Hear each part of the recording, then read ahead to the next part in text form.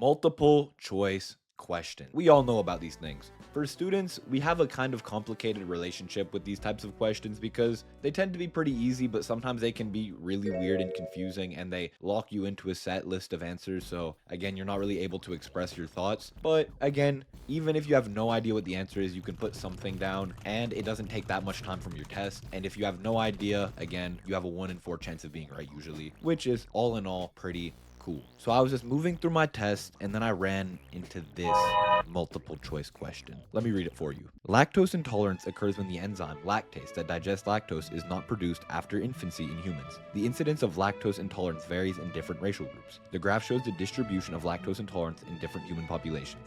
What can be hypothesized from the graph? Okay, that makes sense. Let's look at the answers. A. Native American people produce most lactase after infancy. Probably not. The amount of lactase produced after infancy isn't even really what the graph is talking about. It's talking about the rates in which this group of people have this deficiency. So it really has nothing to do with the graph. And Native American people have the second highest rate of lactose intolerance anyway. So I was pretty sure it was not this answer. B. Most Indians do not produce lactase after infancy. The graph says roughly 9% of Indians are lactose intolerant or not producing lactase. That means that 91% of them still do produce lactase, so I was pretty sure this one was wrong as well. C. Lactase is not produced after infancy in most Caucasian people. Nope, wrong. Caucasian people actually have the highest rate of lactose tolerance, so this is just wrong in every sense of the word. So I'm looking at these and I'm like, okay, the answer has to be D, and then I read it. 1/4 of Afro-Caribbean people will probably experience digestive problems when drinking milk. The Afro-Caribbean people aren't even mentioned in the graph, so I guess I missed something. Let me go back through.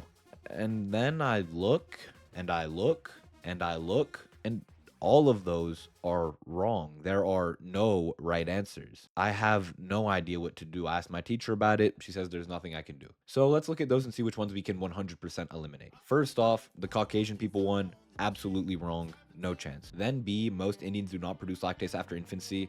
Again, it very clearly says that only 9% of Indians are lactose intolerant, so I don't think that counts as most. And then I'm left with D, which has nothing to do with the graph, and A, which has less to do with the graph, but at least still a matching racial group. So in defeat, I circle A. And then I get my quiz back, and I have an X over the question, and the answer is B. Most Indians do not produce lactase after infancy.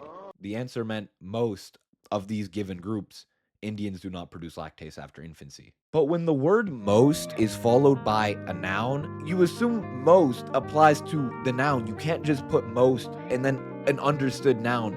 Most Indians typically means most Indians. And then you have a graph which has, again, this 9% thing, and it makes no sense. This irritates me, but honestly, it does something more than that.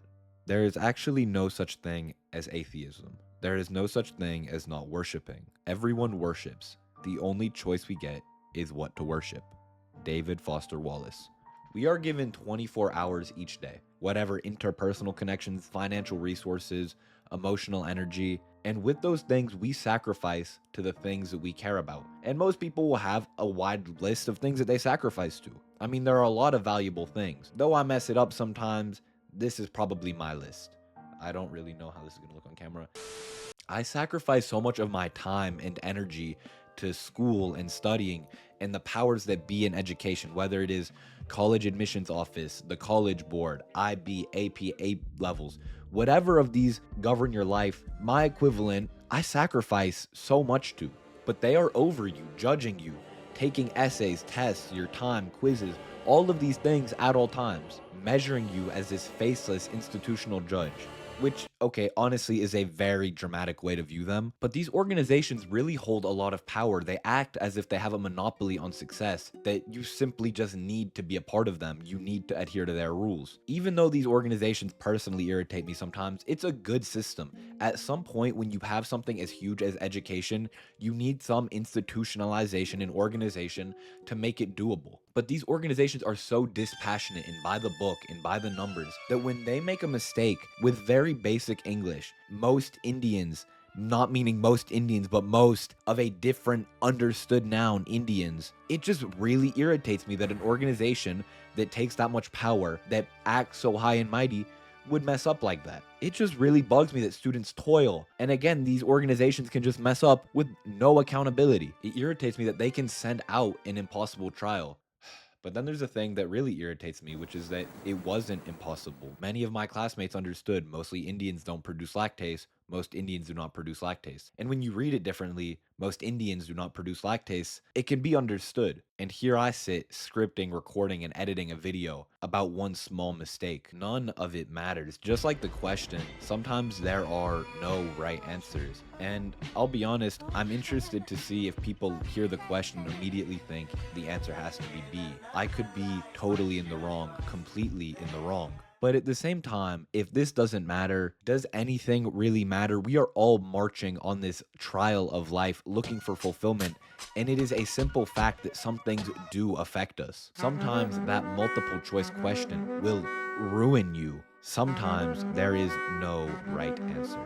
And I must admit, these institutions are not gods or faceless overlords. They are just organizations run by people. And those people are as fallible as me or you. I still think the question is terribly worded, but maybe the right answer is figuring out how to live when every answer is wrong.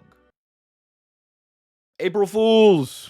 This video is very dumb, but also kind of real. It's obviously very silly and a stupid thing to complain this much about. So this video has Schrodinger's seriousness. If you watch this video and thought, this guy is a total loser making a video about a multiple choice question that was for babies, it was all a joke, the video was actually a cutting criticism of myself, and you actually liked the video. And if you thought like, man, I also feel like what this guy's saying, it was actually totally serious. So at this point, it's a win-win situation. It's a multiple choice question, but except for every answer being wrong, now every answer is right.